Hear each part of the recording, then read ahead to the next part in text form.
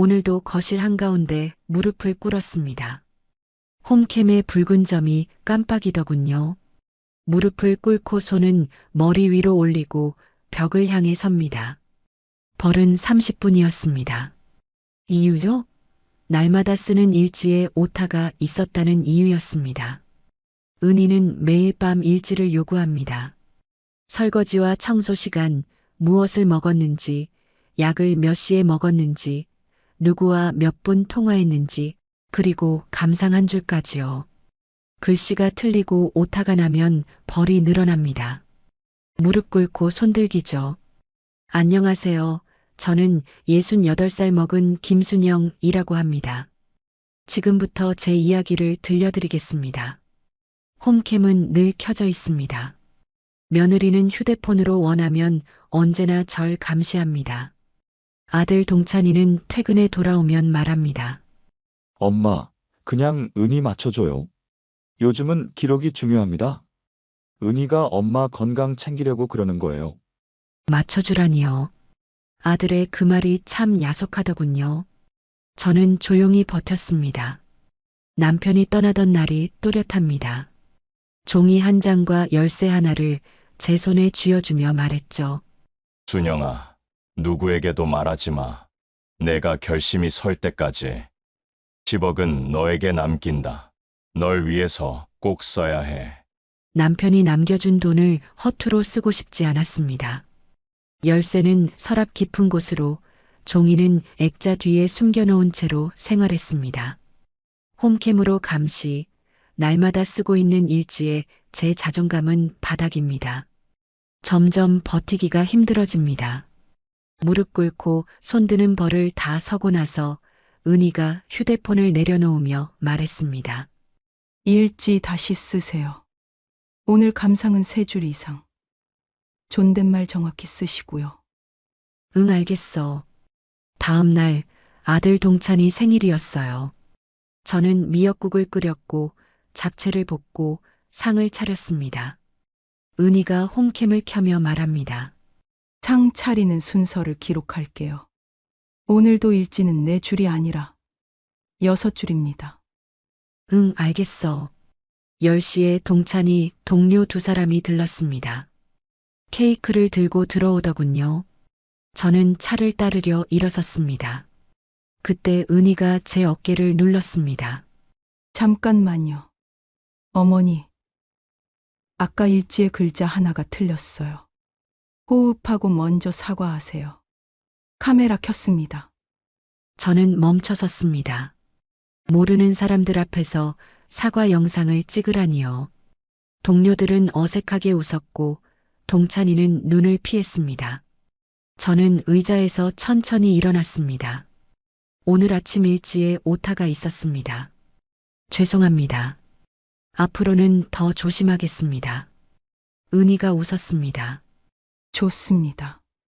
그럼 생일 축하 시작할게요. 벌은 식사 끝나고요. 식사 중에도 검사는 계속됐습니다.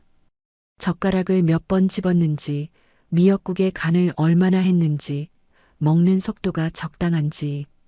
은희가 제 그릇을 들여다보며 말합니다.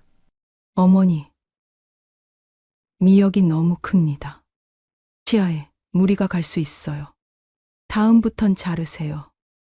응, 알겠어. 케이크 촛불을 끄고 사진을 찍는데 은희가 제 팔을 끌었습니다. 주방으로 오세요. 벌 시간입니다. 무릎 꿇고 손들기 30분입니다. 점심 손님 있으니 빨리 끝내요. 저는 주방 바닥에 무릎을 대었습니다. 홈캠이 저를 봅니다. 거실에서는 은희의 웃음소리가 났습니다.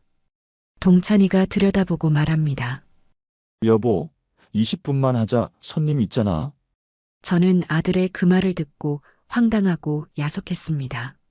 손님들이 가고 오후에는 장을 보러 같이 나갔습니다. 은희가 계산대에서 제 카드를 뺏듯이 가져갑니다.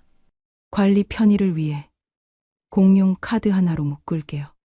어머니가 쓰시던 건 제가 회수합니다. 저는 고개를 끄덕였습니다. 계산이 끝나자 은희는 영수증을 접어 제 앞에 흔들었습니다. 오늘도 오타 없이 기록하시죠. 총회, 품목, 할인, 감상은 3줄 이상. 응, 알겠어.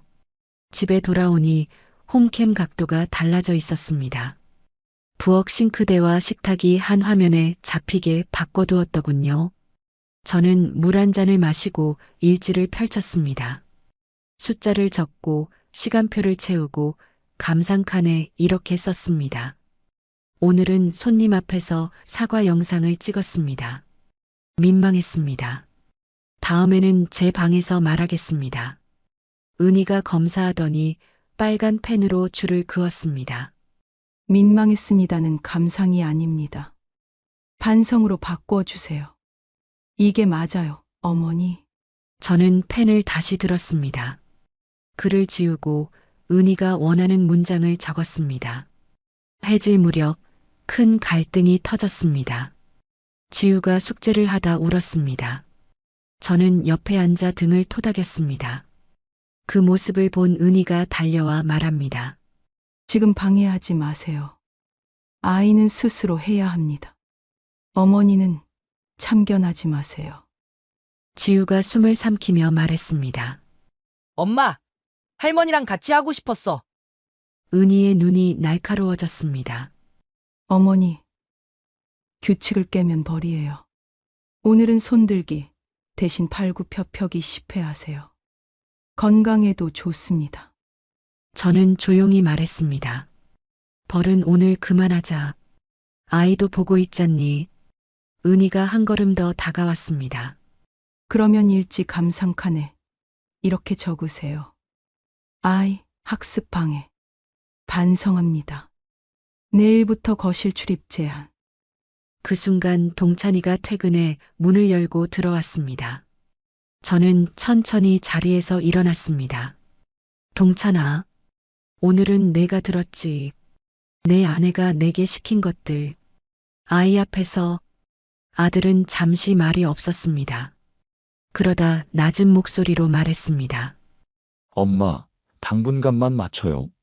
우리도 힘들어요. 그 말이 제게 칼처럼 박혔습니다. 힘든 건 알겠지만 아이 앞에서 저를 이렇게 모욕 주는 게 더 이상은 참기 힘들었습니다. 밤이 깊어서 모두가 잠든 줄 알았는데 지우가 조용히 제 방으로 들어왔습니다. 할머니, 오늘은 내 노트에 적을게요. 엄마가 할머니한테 벌 줬다고. 엄마가 화내면 이걸 선생님께 보여줄 거예요. 저는 아이의 이마를 쓸어주었습니다. 고마워, 지우야. 하지만 오늘은 일단 자자. 노트는 내일 정리해도 돼. 지우는 고개를 끄덕이며 돌아갔습니다. 저는 수첩 첫 장을 폈습니다. 내일 할 일 병원 가기, 복지센터, 파출소 가기, 그리고 홈캠을 백업하기 하나하나 적어 내려갔습니다. 저는 조용히 복수를 준비했습니다. 새벽 5시 반. 모두가 잠든 시간에 홈캠 앱을 열어 지난 일주일 영상을 내려받았습니다. 주방벌 장면, 거실 사과 영상, 숙제 시간 충돌. 백업용으로 USB 2개를 만들었습니다.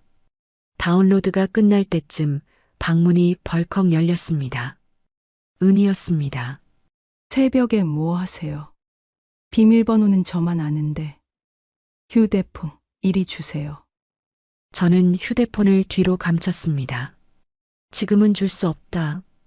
은희가 제 손목을 잡아당겼습니다. 저는 균형을 잃고 의자에 부딪혔습니다. 손목에 뜨거운 느낌이 번졌습니다.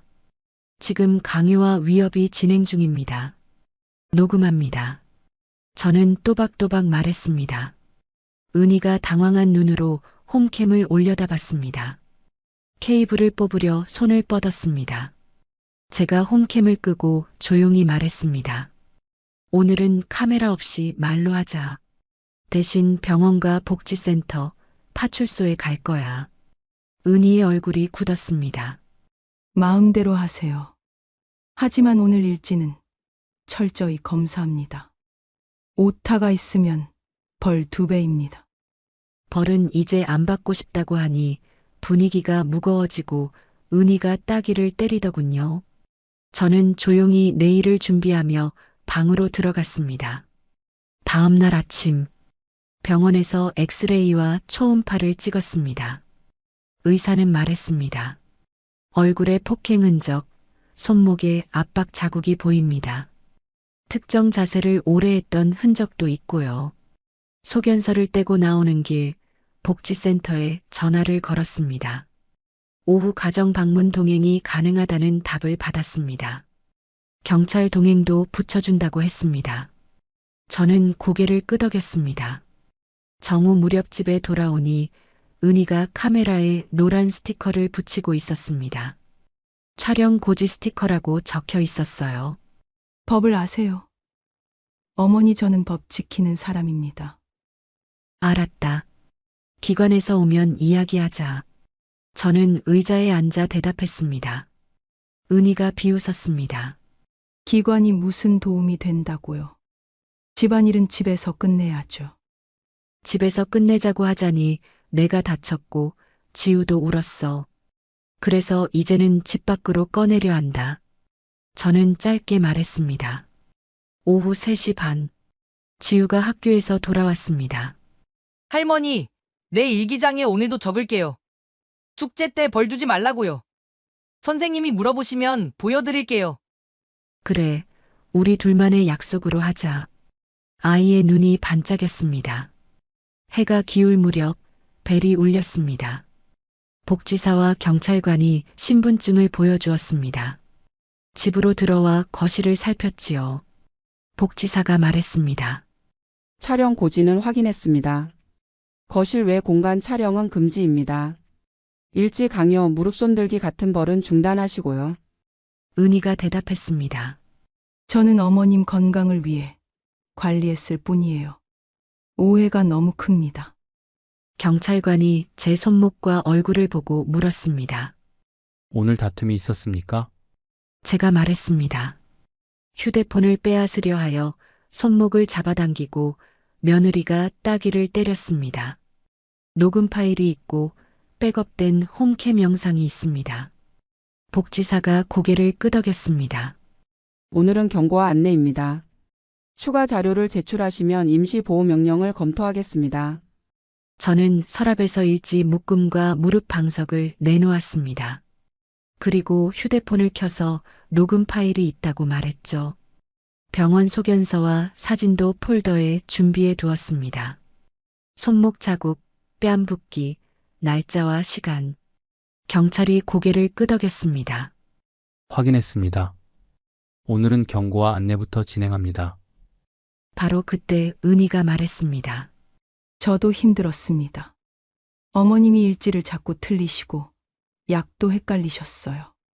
그래서 관리를 한 겁니다. 사랑이죠. 복지사가 차분히 물었습니다. 무릎 꿇기와 손들기는 왜 시켰나요? 공개 사과 영상은 왜 찍었나요? 건강 때문이었습니다. 자세 교정이고 어르신이 자꾸 잊으셔서요. 복지사가 저를 보며 물었습니다.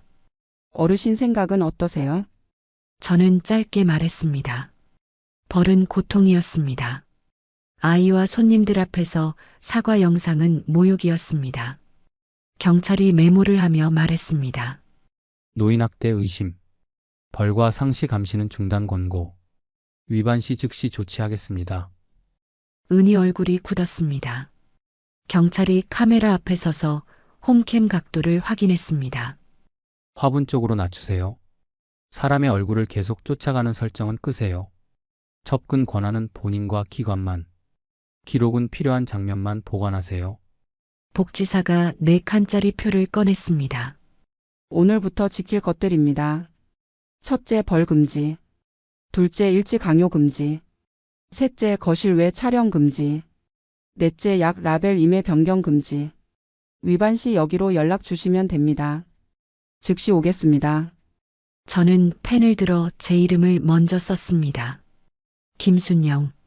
아들 동찬이가 이어서 서명했습니다. 마지막 칸에 은희도 해야 했습니다. 그녀는 한참 종이를 보더니 천천히 사인을 했습니다. 잠깐 고요가 흘렀습니다. 고요 속에서 은희가 갑자기 고개를 들더니 말했어요. 그러면 지금 여기서 어머님이 사과 한 줄만 남기시죠. 손님들 앞에서 분위기를 깼더니 영상은 안 찍겠습니다. 말로만 받겠습니다. 경찰이 손을 들었습니다. 지금은 조치 중입니다. 사과 요구는 중단해 주세요. 은희 눈이 매서워졌습니다. 집안일입니다. 저도 말할 권리가 있어요. 복지사가 짧게 답했습니다. 오늘부터는 절차가 먼저입니다. 집안일이더라도 법에 선이 있습니다. 그 선을 넘지 않게 하시죠. 은희가 말이 막히자 표적을 바꾸려는 듯 싱크대로 갔습니다. 약 봉지를 꺼내 라벨을 뒤적이더니 한 줄을 덧붙였습니다. 점심약 12시에서 3시로 변경. 관리의 효율을 위해. 저는 즉시 사진을 찍어 시간과 함께 저장했습니다. 경찰이 지켜보다가 말했습니다. 지금은 변경은 금지입니다. 원래대로 돌려놓으세요. 약은 의사와 본인 동의가 있어야 바꿀 수 있습니다. 은희 손이 굳었습니다. 라벨이 종이 위에서 부스럭 소리를 냈습니다. 작은 소리였지만 집안 공기는 더욱 어색해졌습니다. 그때 지우가 학교 가방을 메고 들어왔습니다.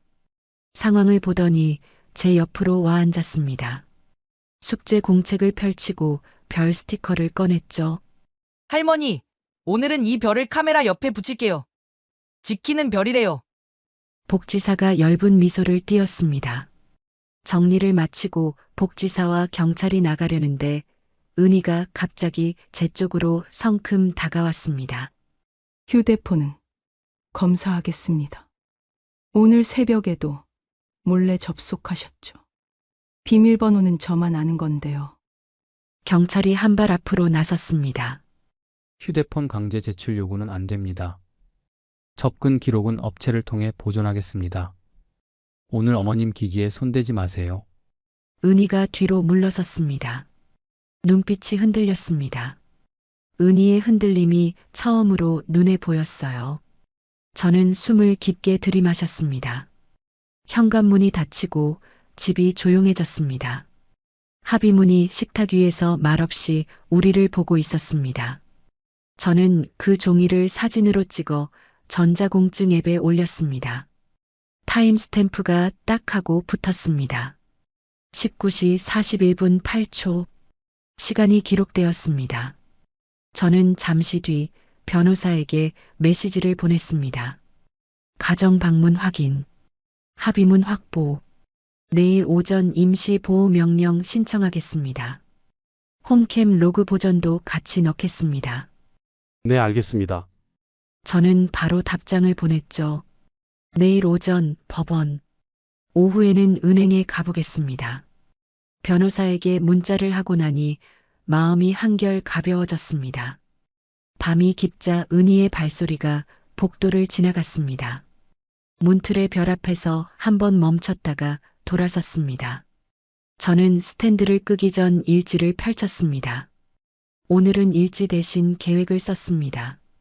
복도 센서 등이 한 박자 늦게 켜졌다 꺼졌습니다. 늦게 켜지는 불빛이 더 친절할 때가 있습니다.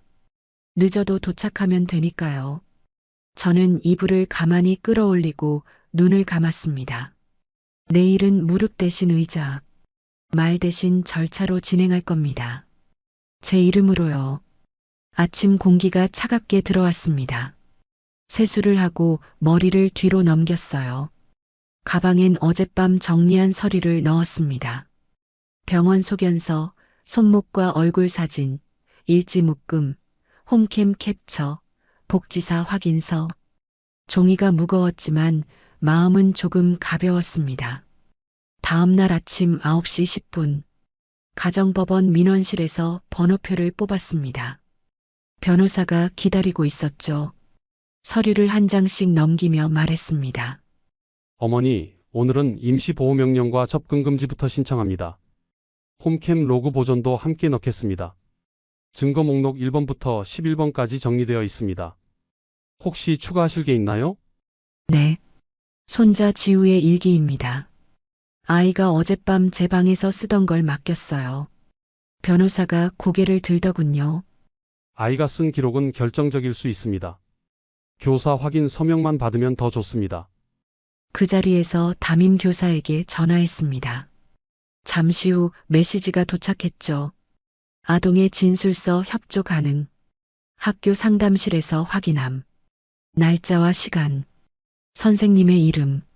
문자 끝에 짧게 적혀 있었어요. 지우는 늘 할머니 편이었습니다. 10시 40분 신문실. 판사는 제 손목 사진과 병원 소견서를 오래 들여다봤습니다. 거주지 내 상시 감시, 공개적 사과 요구, 신체적 벌 부과, 노인에게 부적절한 지시가 반복되었습니다. 당사자는 폭행을 부인하지만 영상과 음성이 존재합니다. 저는 또박또박 말했습니다. 벌서는 것은 고통이었습니다. 제가 모르는 손님들 앞에서의 사과는 모욕이었습니다. 오늘부로 피해자 주거 이전 권고, 가해 의심자 접근 금지 100m, 연락 금지, 홈캠 비활성화 및 로그 보존 명령. 임시입니다만 즉시 효력이 발생합니다. 위반 시 곧바로 조치됩니다. 도장을 찍는 소리가 법정에 가볍게 울렸습니다. 저는 그 소리를 오랫동안 기억할 겁니다. 점심 무렵, 저는 은행으로 갔습니다. 남편이 주고 간 작은 열쇠를 파우치에서 꺼냈습니다.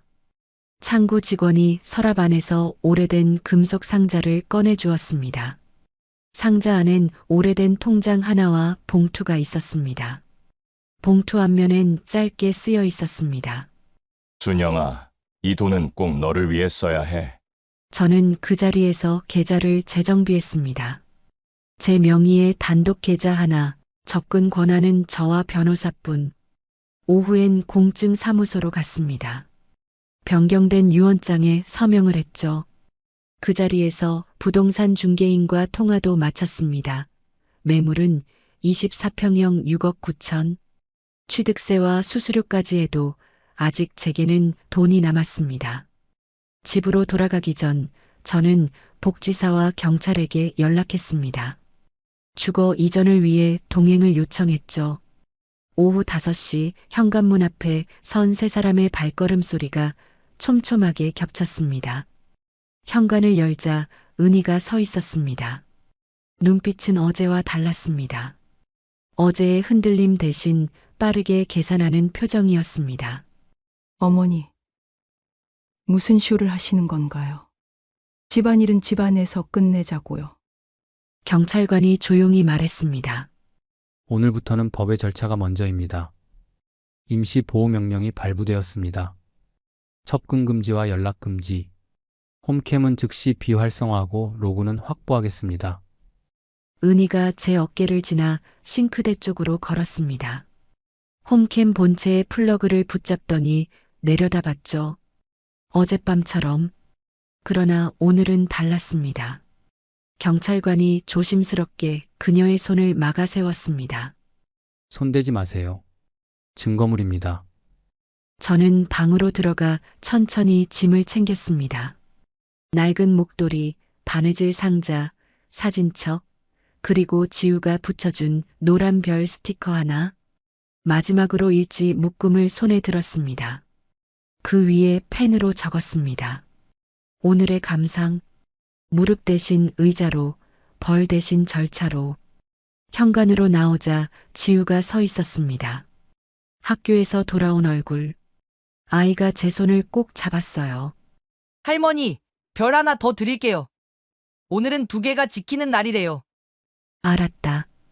별과 별 사이에 내가 서 있을게. 너 대신 내가 크고 단단하게. 엘리베이터가 내려가고 문이 닫힐 때 은희의 목소리가 좁은 틈을 타 흘렀습니다. 소송하면 다 끝날 줄 아세요. 어머님 아들 동찬이도 제 편입니다. 엘리베이터 틈에서 흘러나온 목소리는 짧고 날카로웠습니다. 끝까지 가보자는 투였죠. 저는 눈을 감고 한 번 숨을 길게 들이마셨습니다. 오늘부터는 무릎을 꿇지 않겠다고 스스로에게 다시 말했어요. 저는 새로 계약한 집으로 가보았습니다. 새 거처는 병원과 노인복지관에서 가까운 오피스텔로 구했습니다. 창문을 열자 차가운 바람이 커튼을 밀었습니다. 침대 머리맡엔 자료처리, 책상 위엔 작은 스탠드와 공증 도장이 나란히 서 있었죠. 저는 하루를 마무리하며 기록을 남겼습니다. 며칠 후 아침 10시 20분. 법원 조정실 앞 복도 공기가 눅눅했습니다. 번호를 부르는 전광판이 깜빡이고 소환장을 든 사람들이 어깨를 좁혔습니다. 제 차례가 끝나고 문을 나서는데 맞은편 의자에서 동찬이와 은희가 동시에 일어섰습니다. 은희 손에는 조정기록 사본이 들려 있었고 맨 앞장에 끼워둔 서류 모서리가 바스락거렸습니다. 은희가 먼저 다가왔습니다. 은희의 눈이 저의 서류와 제가 메모해 놓은 것들을 바라보고 있었습니다. 손가락 끝이 파르르 떨렸습니다. 어머니, 이게 뭐죠? 주택 매매 잔금 6억 9천 이체 확인. 변호사 선임 및 포렌식 비용 일괄직. 어떻게 이럴 수 있나요?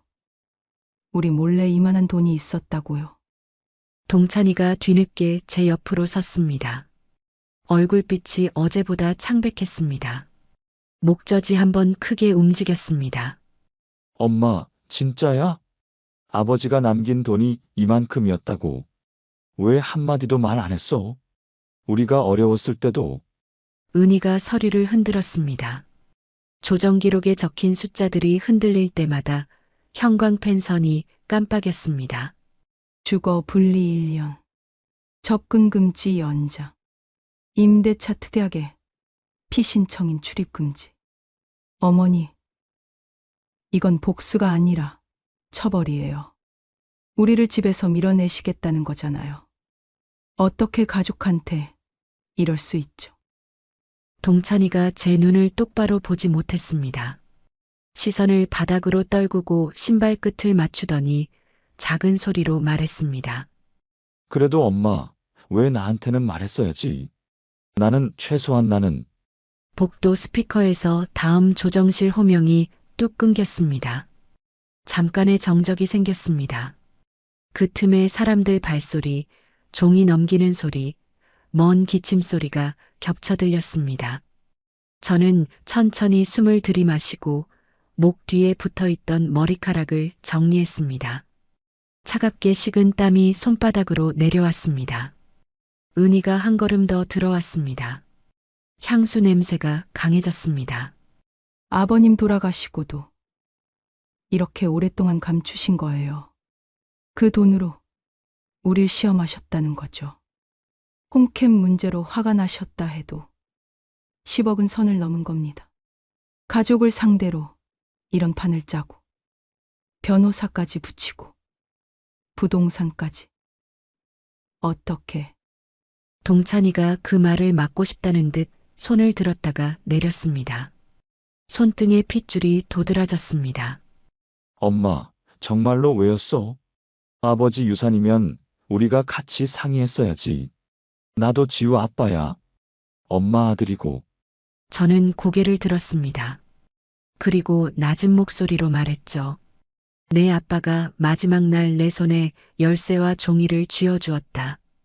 결심이 설 때까지 누구에게도 말하지 말라고 했어.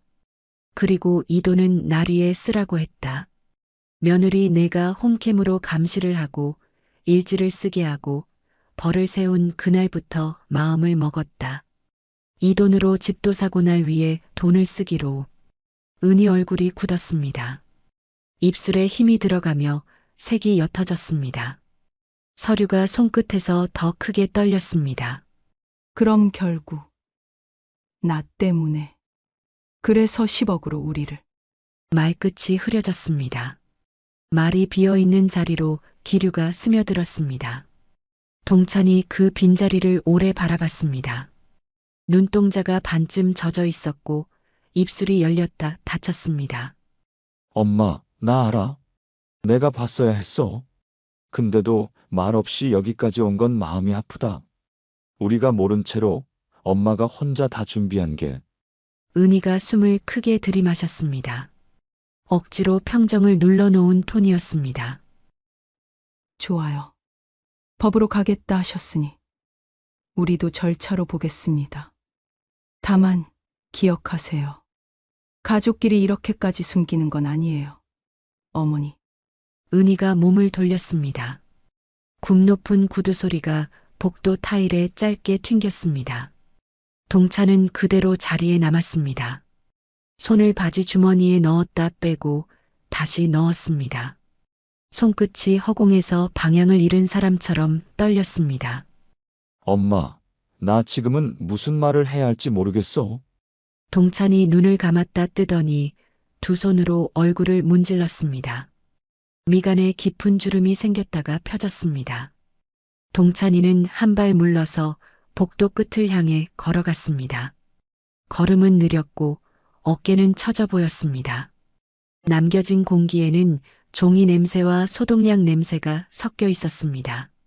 저는 품에 안은 갈색 파일을 다시 붙들었습니다. 잠시 후 조정실 문이 다시 열렸습니다. 다음 번호가 불렸습니다. 저는 벽시계를 올려다 봤습니다. 시침과 분침이 아주 조금씩 앞당겨져 있었습니다. 제 차례가 되어 조정실 안에 둥근 테이블에 앉았습니다. 의자 다리가 바닥을 스치는 마찰음이 아주 작게 났습니다. 판결문 요지가 낭독되고 양측의 요구가 벽에 걸린 시계처럼 일정하게 회전했습니다. 제 요구는 간단했습니다. 정신적 손해에 대한 배상 공개 사과문 제출, 벌 금지 각서, 주거 분리 1년. 은희 측은 과하다고 했고 저는 하나를 추가했습니다. 새집 임대차 특약, 접근 금지 대상자의 출입 금지, 위반 시 즉시 해지. 내 집에서 내가 만든 규칙이었습니다. 조정위원은 서류를 한 장씩 넘기며 정리했습니다.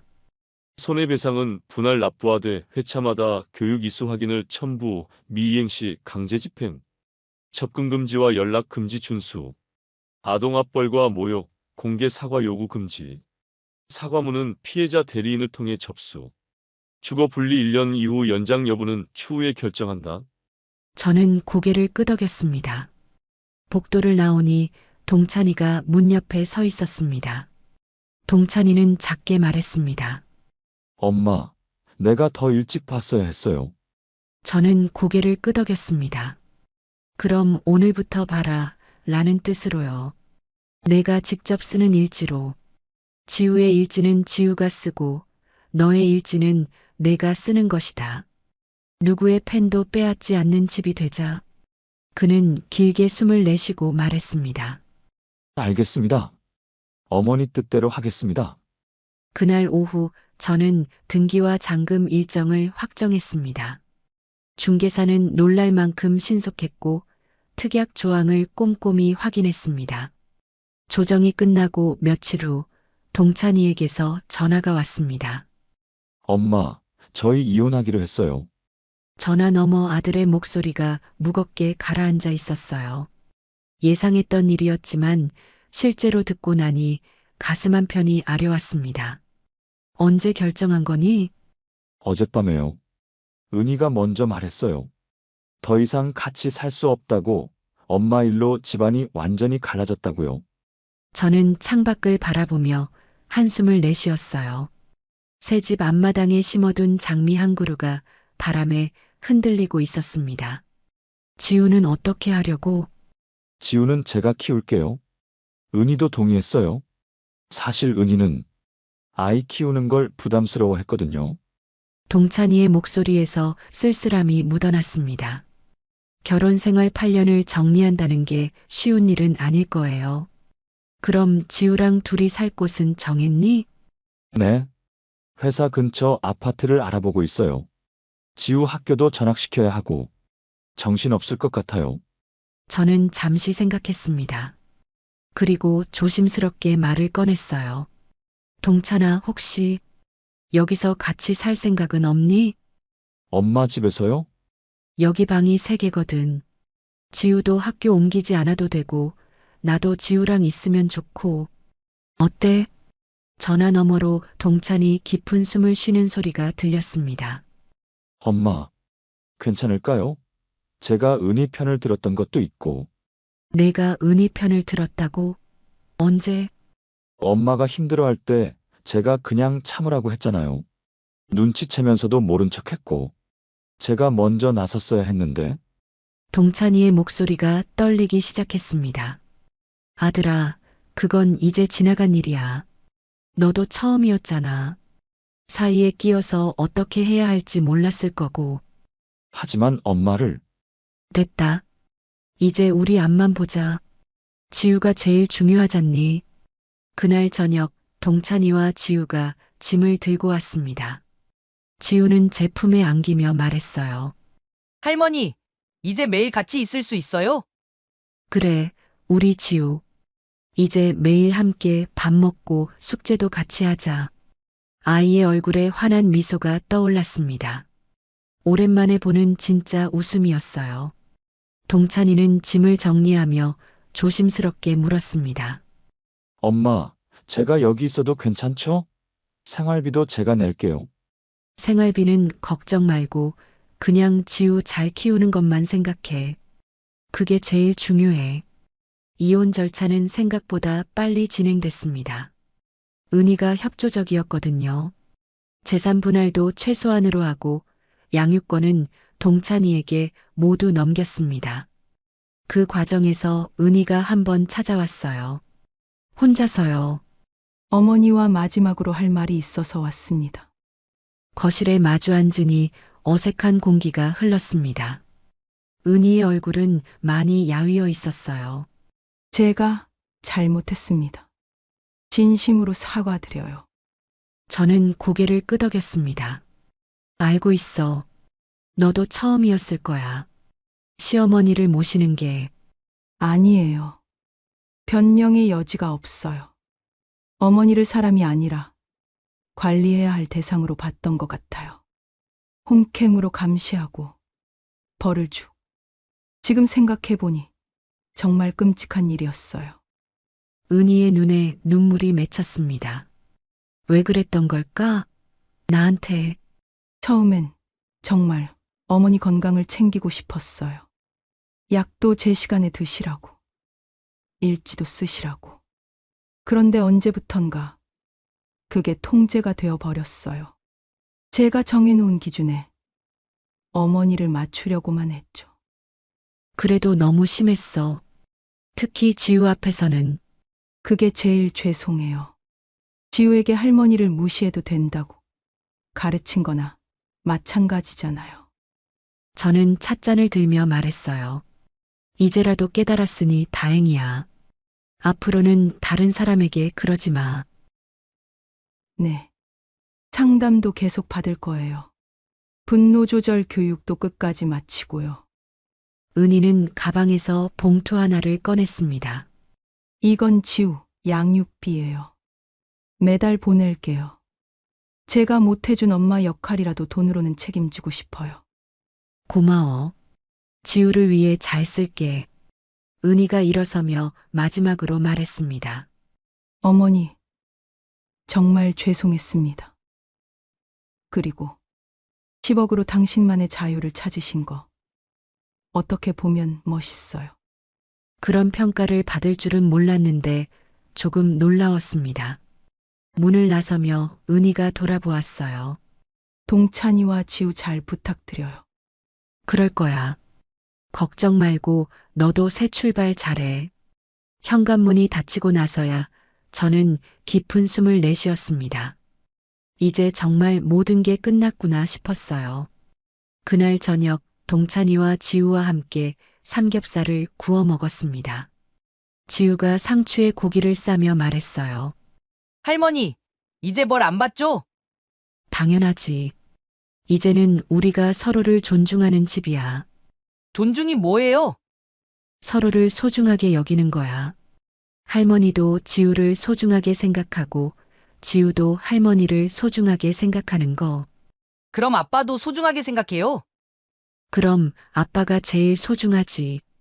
동찬이가 웃으며 지우의 머리를 쓰다듬었어요. 우리 지우가 제일 소중해. 그 순간 저는 깨달았습니다.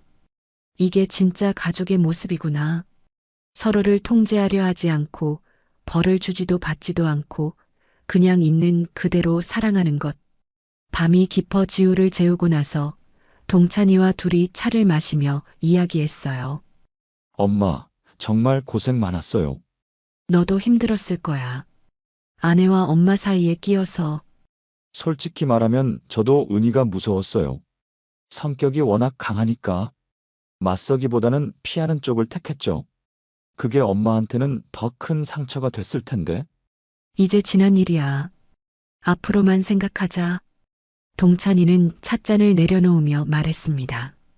엄마, 아버지가 남겨주신 돈 정말 잘 쓰신 것 같아요. 자유를 사신 거잖아요. 그래. 내 아빠가 마지막에 해준 선물이었던 것 같아. 저는 창밖을 바라보며 남편을 떠올렸습니다. 세상을 떠나면서까지 저를 지켜주려 했던 남편의 마음이 이제야 온전히 이해됐어요. 다음 날부터는 정말 새로운 일상이 시작됐습니다. 아침에는 지우를 깨워서 학교 보내고 동찬이는 출근 준비를 하고 저는 아침 식사를 준비하면서 하루를 시작했어요. 홈캠도 없고 일지도 쓰지 않고 벌을 받지도 주지도 않는 집. 대신 저는 일기를 쓰기 시작했습니다. 제가 원해서 쓰는 일기를요. 오늘의 감상. 자유롭다는 것은 누구의 눈치도 보지 않고 의자에 앉아 차를 마시는 것이다. 그리고 돈이 있어야 한다.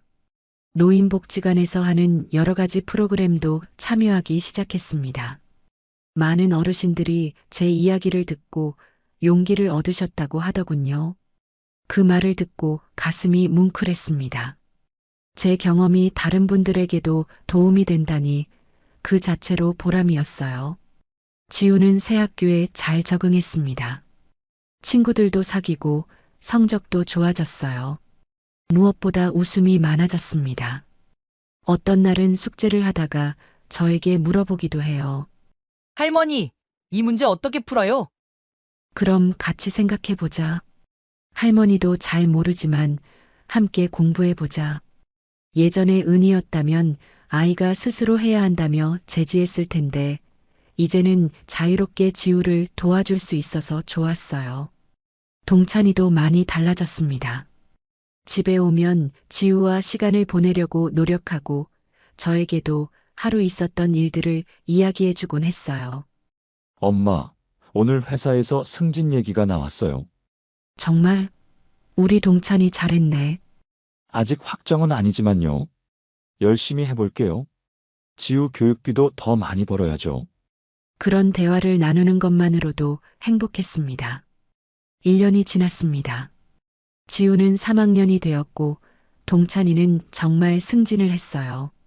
저는 노인복지관에서 정식으로 기록학교 강사가 되었습니다. 그리고 무엇보다 저희는 서로를 존중하며 살아가고 있어요. 어느 날 지우가 제게 물어봤습니다. 할머니, 예전에 무릎 꿇고 뭘 봤던데 기억나요? 기억나지? 왜? 그때 할머니가 너무 불쌍해 보였어요. 저도 무서웠고요. 엄마가 할머니한테 그렇게 하는 게 맞는 건지 몰랐어요. 지우야, 그때 내가 할머니 편에서 줬던 작은 용기들 기억해. 별 스티커도 붙여주고 비밀 일기도 써주고 그게 할머니한테는 정말 큰 힘이 됐어. 정말요? 정말이야. 내가 있어서 할머니가 포기하지 않을 수 있었거든. 지우의 얼굴에 뿌듯한 미소가 번졌습니다. 그럼 지금은 행복하세요? 물론이지. 지금이 제일 행복해. 그날 밤 저는 창가에 앉아 밤하늘을 올려다봤습니다. 별들이 반짝이고 있었어요. 남편의 영정 앞에 가서 조용히 말했습니다. 여보, 고마워요. 당신이 남겨준 열쇠로 정말 중요한 문을 열었어요. 자유의 문을요. 그리고 지우 방으로 가서 자고 있는 아이의 이마에 살짝 키스했습니다. 동찬이 방 앞을 지나가는데 안에서 전화하는 소리가 들렸어요. 지우 엄마 미안해. 아이가 감기 걸려서 이번 주말 방문은 어려울 것 같아. 네. 다음에 뵐게요. 은희와도 가끔 연락하며 지우를 만나게 해주고 있었어요. 아이에게는 엄마니까요. 제 방으로 돌아와 일기장을 폈습니다. 오늘의 감상. 별은 어둠 속에서 더 밝게 빛난다. 우리 집의 별들도 그렇게 빛나고 있다. 창밖을 보니 지우가 붙여준 별 스티커들이 가로등 불빛을 받아 반짝이고 있었어요. 노란 별, 파란 별, 그리고 제가 나중에 붙인 빨간 별까지. 각각 다른 색이지만 모두 함께 빛나고 있었습니다. 저는 미소를 지으며 전등을 껐어요. 내일은 지우와 함께 복지관에 가기로 했거든요. 아이가 할머니들에게 동화책을 읽어주고 싶다고 했어요. 그런 지우를 보면서 생각했습니다. 이 아이는 다른 사람을 존중할 줄 아는 어른으로 클 거라고. 벌을 받으며 자란 아이가 아니라 사랑받으며 자란 아이로서 말이에요. 눈을 감으며 마지막으로 생각했습니다. 10억 원이 준 것은 단순한 자유가 아니었어요. 우리가 서로를 사랑할 수 있는 환경이었어요. 감시가 아닌 관심으로, 벌이 아닌 대화로, 통제가 아닌 존중으로 이어진 가족. 그것이 남편이 저에게 남겨준 진짜 선물이었던 거죠. 별들이 창문 너머로 반짝이는 가운데 저는 깊은 잠에 빠져들었습니다. 꿈속에서도 별들이 빛나고 있었어요. 여기까지가 제 이야기였습니다. 제 이야기를 끝까지 들어주셔서 감사합니다. 오늘 이야기 마음에 남으셨다면 구독과 좋아요, 댓글 부탁드립니다. 여러분의 응원이 필요합니다. 감사합니다.